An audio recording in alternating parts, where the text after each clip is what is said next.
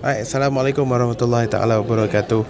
So saya organizer kepada Gerobok Biru Gegak Gempita Raya yang akan berlangsung di WTC KL selama 11 hari 196 jam tanpa henti bermula 14 Mac sehingga 24 Mac 2025.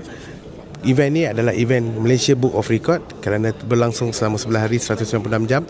Yang istimewanya Gegak Gempita Raya, Gerobok Biru Gegak Gempita Raya ni adalah kita menawarkan berbagai jenis produk, bukan sahaja produk baju raya dan juga kuih raya. Kita menawarkan produk keperluan hari raya kepada semua pengunjung-pengunjung.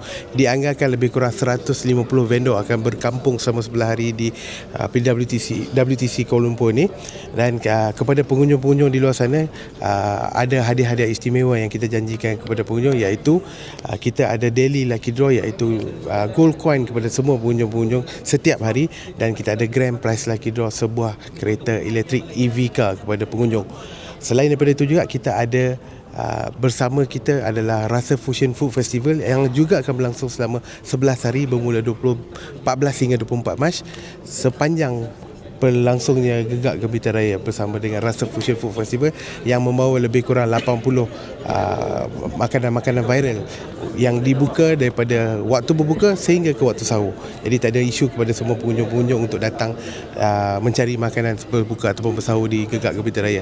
Selain dari itu, Gegak Gempita Raya berlangsung di WTC KL adalah lokasi yang terbaik di Kuala Lumpur, di mana dia berada di tengah-tengah bandaraya Kuala Lumpur.